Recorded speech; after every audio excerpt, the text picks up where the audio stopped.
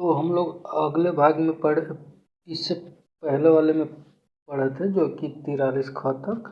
तो अब हम लोग आगे आएंगे जो कि 44 अनुच्छेद 44 में, जो कि ये नागरिकों के लिए एक समान सिविल संहिता, यानी इसमें क्या है, ये राज्य भारत के समस्त राज्य क्षेत्र में नागरिकों के लिए एक समान सिविल संहिता प्राप्त कराने का प्रयास करेगा। फिर आपका अनुच्छेद नंबर 45 आता है। इसमें कहा गया 6 वर्ष से कम आयु के बालकों के लिए प्रारंभिक बाल्यावस्था, देख रेख और शिक्षा का उपबंध। ये राज्य सभी बालकों के लिए 6 वर्ष की आयु पूरी करने तक प्रारंभिक बाल्यावस्था, देखरेख और शिक्षा देने के लिए उपबंध करने का प्रयास करेगा। फिर आपका आ जाता है 47 नंबर, 46 नंबर अनुच्छेद।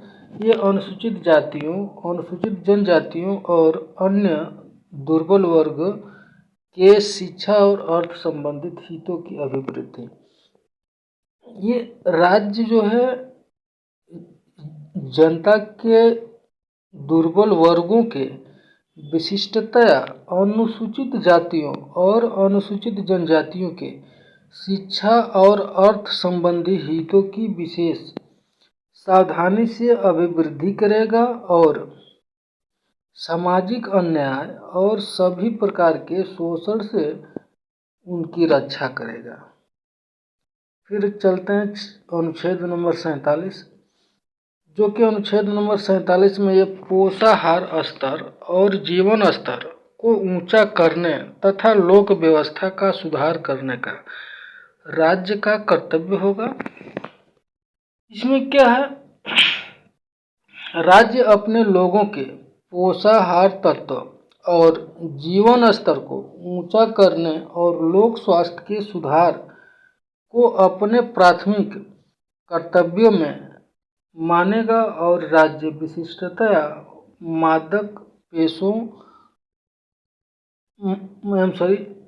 विशिष्टतया मादक पेयों और स्वास्थ्य के लिए हानिकारक औषधियों के औषधीय प्रयोजनों से भिन्न उपभोग का प्रतिषेध करने का प्रयास करेगा। फिर अगला है अनुच्छेद नंबर 48। अनुच्छेद नंबर 48 में ये कृषि और पशुपालन का संगठन। ये राज्य कृषि और पशुपालन को आधुनिक और वैज्ञानिक प्रणालियों से संगठित करने का प्रयास करेगा और विशिष्टतया गायों और बछड़ों तथा अन्य दुधारू और वाहक पशुओं की नस्लों के परिरक्षण और सुधार के लिए उनके वध का प्रतिषेध करने के लिए कदम उठाएगा। फिर आपका अनुच्छेद नंबर 48 क, ये पर्यावरण का संरक्षण तथा संवर्धन और वन्य जीवों की रक्षा।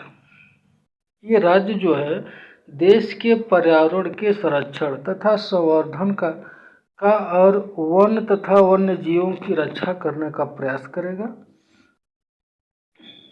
फिर ये जो संविधान अमेंडमेंट जो हुआ है, 97वां संशोधन 2011 में हुआ था और 86वां संशोधन 2002 में हुआ था।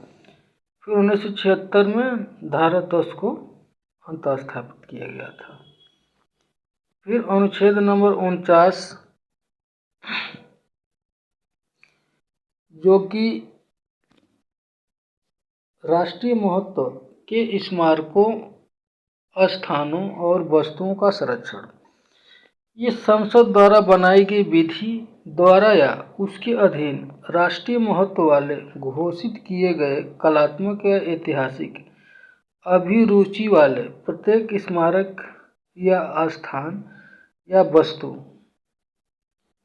का यथास्थिति लुण्ठन, विरूपण, विनाश, अपसारण, व्ययन या निर्यात से संरक्षण करना राज्य की बाध्यता होगी। फिर अनुच्छेद नंबर 50 है, जो कि कार्यपालिका से न्यायपालिका का पृथक्करण। ये क्या है, राज्य की लोक सेवाओं में न्यायपालिका को कार्यपालिका से पृथक करने के लिए राज्य का कदम उठाएगा। फिर आपका 51 नंबर आता है, अनुच्छेद 51, अंतर्राष्ट्रीय शांति और सुरक्षा की अभिवृद्धि। क्या राज्य जो है कर अंतर्राष्ट्रीय शांति और सुरक्षा की अभिवृद्धि का। फिर ख है, राज्यों के बीच न्याय संगत और सम्मानपूर्ण संबंधों को बनाए रखने का। फिर ग है, जिसमें संगठित लोगों के एक दूसरे से व्यवहारों में अंतर्राष्ट्रीय विधि और संधि बाध्यताओं के प्रति आदर बढ़ाने का। और घ अंतर्राष्ट्रीय विवादों के मध्यस्थता द्वारा निपटारे के लिए प्रयास करेगा। इसके बाद आता है आपका 7वां संशोधन 1956 में ही हो गया था। फिर 51, ये 51 नंबर से मूल कर्तव्य स्टार्ट हो जाता है। देखिए, ये इधर में राज्य के नीति निदेशक तत्व था।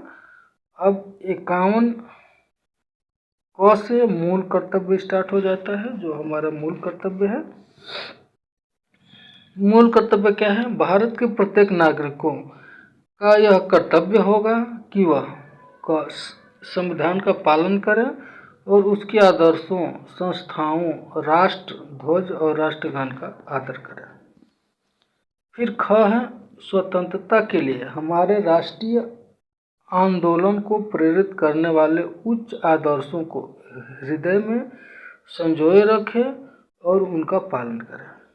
ग है, भारत की प्रभुता, एकता और अखंडता की रक्षा करें और उसका अछूड़ रखें, जो है उसे अछूड़ रखें।